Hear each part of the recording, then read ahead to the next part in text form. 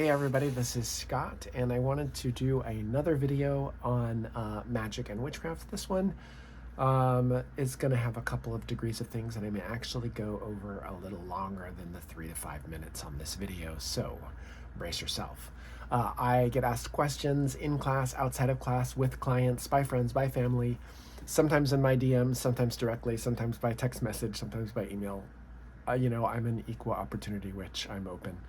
I prefer things to be emailed to me, but if we're standing together or I know you personally and you have me on social media, you can be like, hey, what do you think about this thing? So that's what I got. I got a, hey, what do you think about this thing? Do I believe in reincarnation?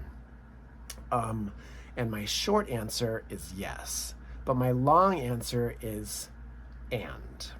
So through my training in the Temple of Witchcraft and a lot of the teachings there that really create doorways and springboards for us to explore topics, I've come to the conclusion that there's more to us than meets the eye, that mind is much larger than we can imagine it to be, and that the universe and the world is much greater. We have billions of years of evolution. Our ancestors are not just people. Our ancestors are single-cell organisms, and we're surprisingly interconnected. So on one level, I think that if we were to die in nature and our body would be returned to nature, either burnt and we become ash or we decompose in the ground, we go on. I think we go on because the parts that are us, and I don't think that this is a meat sack to which we are trapped in. I think this is really soul. I think the body is explicitly, in all of its various shapes and forms, designed or accidental. I mean, design however you want to see it. I'm not suggesting that someone had a pattern for this, but we're here. We're part of nature. We're here to connect to nature because connecting to nature is us. We're animals. Some people balk at that because they have a very degraded and low idea of what animals are. And animals are, in fact, keenly intelligent, emotional creatures, and we are part of them.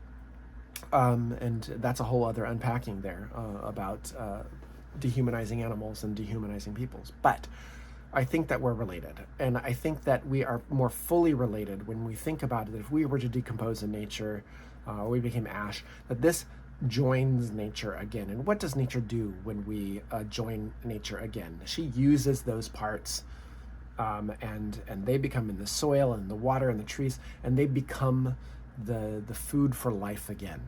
And then that is eaten by organisms, and those organisms eat organisms, and they become plants, and they move through cows, and all of that whole cycle of things. Like it's the soil and the water ends up in the apple, and we eat the apple, which passes through our body, and there's a whole exchange that happens there chemically and physically, and we're part of this great cycle of things. We are very beautiful and amazing and often horrifying and destructive animals.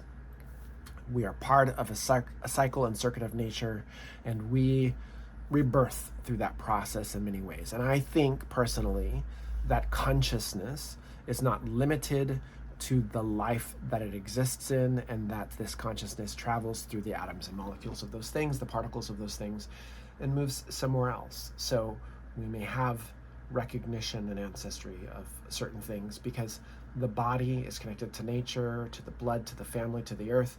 And through these things, there is reincarnation in that sense. I also think that there is a part of us that has sparked, or we ate magic mushrooms, or whatever the angels touched us, or spirit spoke to us, or whatever the theory of our evolution as conscious beings, of creative idea, philosophy, and art, that we are also something mysterious that should remain a mystery and is impossible to explain but can be experienced.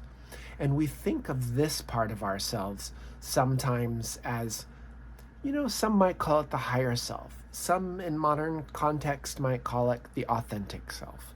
Some might call it the true self, the Atman, the bornless self, the whatever this is, that is this mysterious spiritual being that is conscious in this physical form in a way that, at least for now, seems to defy the other aspects of nature and our capacity to build and create, break down and destroy, that we have a different kind of consciousness that is with us. And we can recognize those consciousnesses, like we could feel our gut, we can feel our desire, we can feel our craving and our fear and our emotions and these sorts of things, which really tell us a lot about us as a physical being.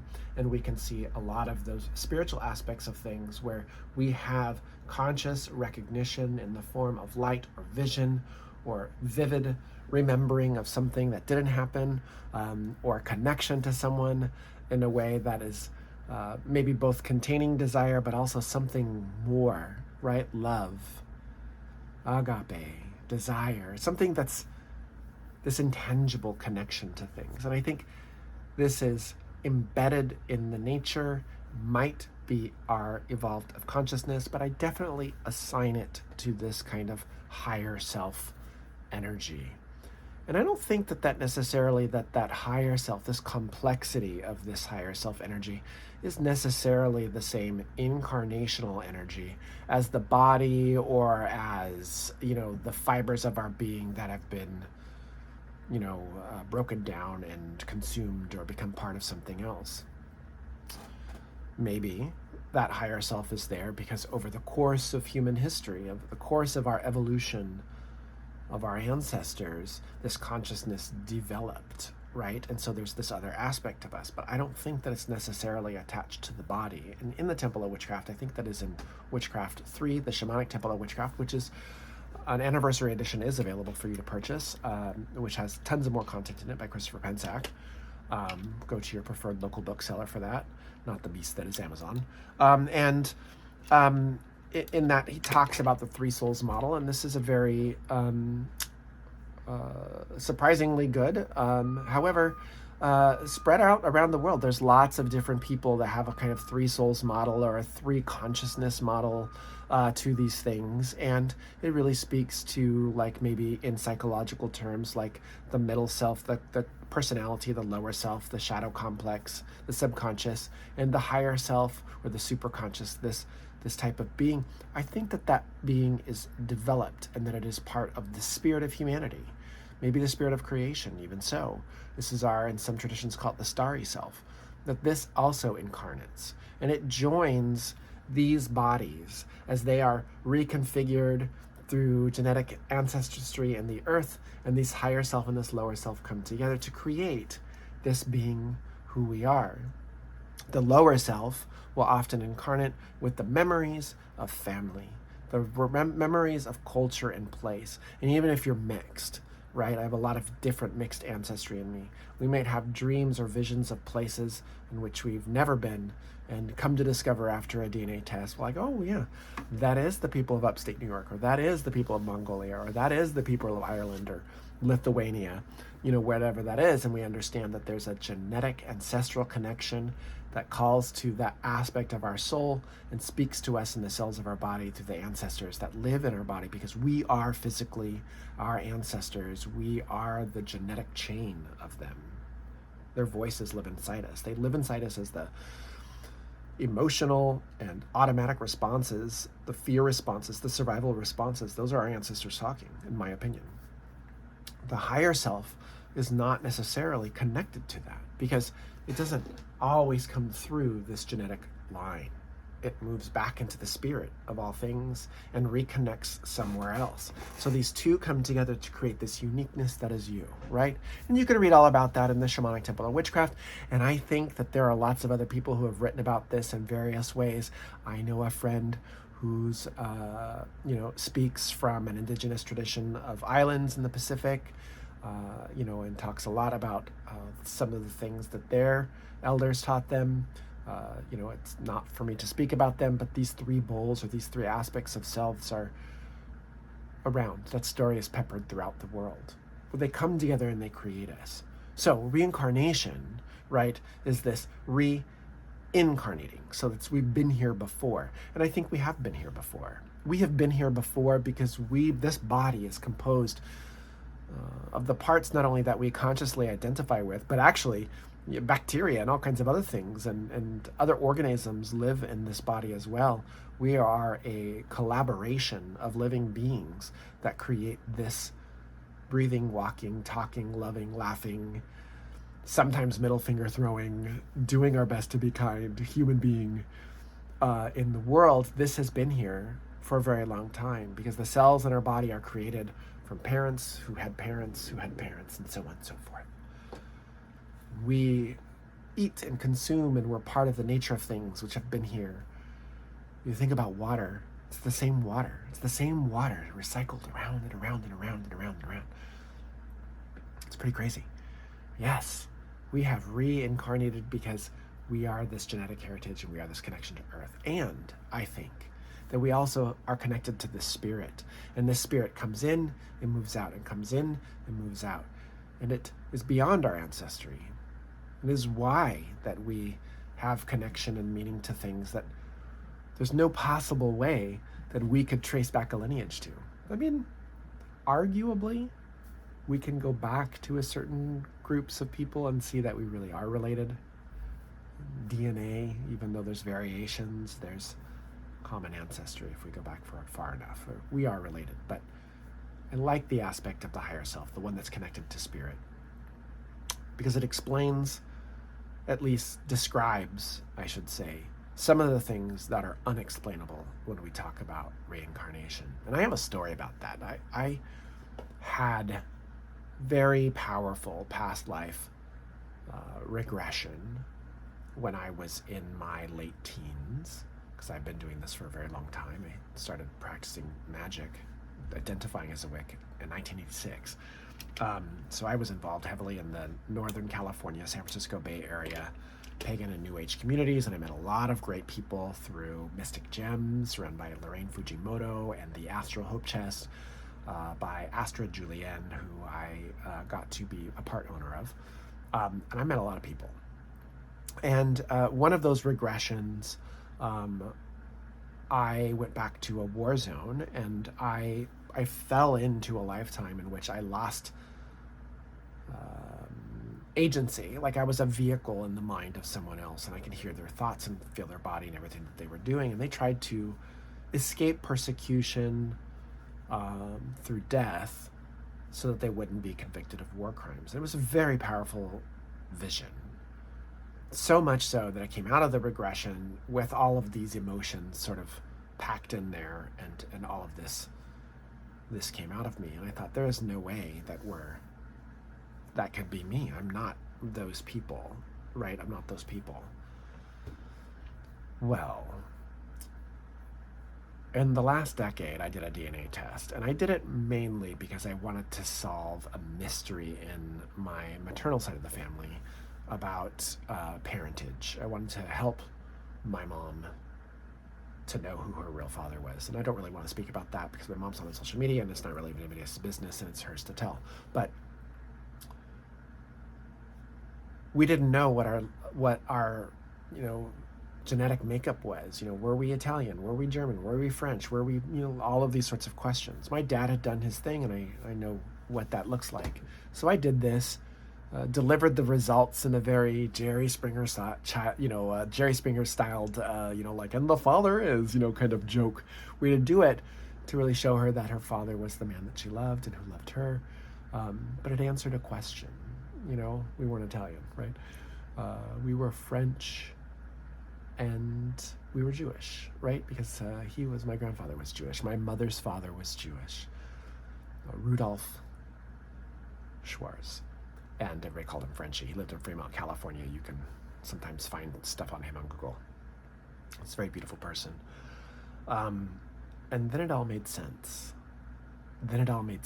Then the memories from the regression made sense because they came through ancestry, right? They came through ancestry. Connection to sites, places, and events. I've had past life regressions in which they were very like, no context past life regression. Like, what is that? Is it real? Or was it a figment of my very complex, imagining from a very deep part of myself?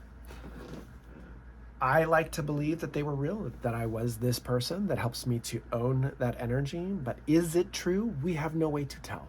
We can find facts, and I have found facts, locations, and names that have lined up with some of these visions to say, oh, would have never have known that. It has nothing to do with my family, has nothing to do with me or any part of the world I've ever been, or any story about that small little village that I possibly would have known because I've never heard of it before until today. It was true. So I say to myself that that was true to me. However, maybe I'm just borrowing from the spirit of humanity. Maybe I'm just borrowing from that collective unconscious. Maybe I'm just borrowing from stories. The important matter is not whether I believe in reincarnation, is whether you find that your belief in reincarnation serves you to make you feel more at home in your body and the world. And if these things that we discover or know are stories that are true, stories that are true to us, it doesn't matter. If it serves you to make you feel at home in your body and in the world and become more of who you are, that's the important key element. There's lots of things that people talk about to prove or disprove reincarnation. And I think it's because people become fixated on very narrow definitions of what these things are. My hope is that as our explorations of consciousness continue, and for so long this has been philosophical and mystical, and through literature and poetry and art, and through loss and grief, and I hope it continues in that vein. But maybe with the advent of new technologies, we'll have different deepening views on some of these subjects. Maybe AI can help us with that. Not to solve the mystery, but to deepen it. Because I think ultimately the thing that we want to preserve is the mystery. The mystery should never be solved. And I don't know who said that this week, but somebody did. And I really want to thank them. If I can remember who that is, or you know who that is, if you've watched that same video, because I've seen several things this week, it says the mystery should not be solved. We need that mystery. It's very important. And I agree with that 100%. The mystery causes us to think beyond the self, to think beyond who we are, to think beyond the confines of what we have defined, consciousness and the world as it is, because it is greater than we can imagine. It is far greater than we can imagine. Science is peering into this, mystics are peering into this, religious folks are peering into this. You and I are peering into this every day. And just beyond the horizon of everything we believe and perceive, there is a veil there. And that veil beyond it is things that we do not know. And in the darkness of that, our being, we are there to discover something new, right? And if it's past lives for you, I fully support that. If it makes you feel more at home in your body, more at home in your world, and more yourself. I do believe in reincarnation. That's me. This is Scott Smith. You can find me at starandstonellc.com. I'm all over the internet in various ways, shapes, and forms. You can find that through the website. I host free videos. I put them on YouTube. I like those as community offerings. I do weekly free posts on Patreon, as well as paid content as well. I offer readings, healings, house clearings. I'm a witch, and I've been doing this since '86, professionally since 2012. No, 98, I would say, pretty regularly, even though I may have had jobs there. Maybe earlier. If one of my friends are watching, you can correct me. I'm available. I'm available to peer into that darkness with you and understand what's happening there, either through healing touch and safe space, or safe space through readings, meditating together, or joining me in a class. Let's explore this mystery together. Blessed be. Blessed be. Blessed be.